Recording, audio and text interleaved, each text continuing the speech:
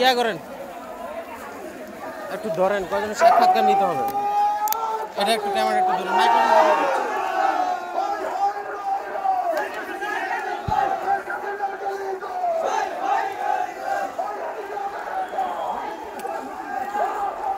মুম্বাইকে ধরে ওই ভিতরে যাই।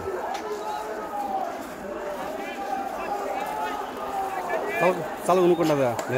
না না, ক্যামেরা অন করতে হবে না, মোবাইলে থাকবো নাকি?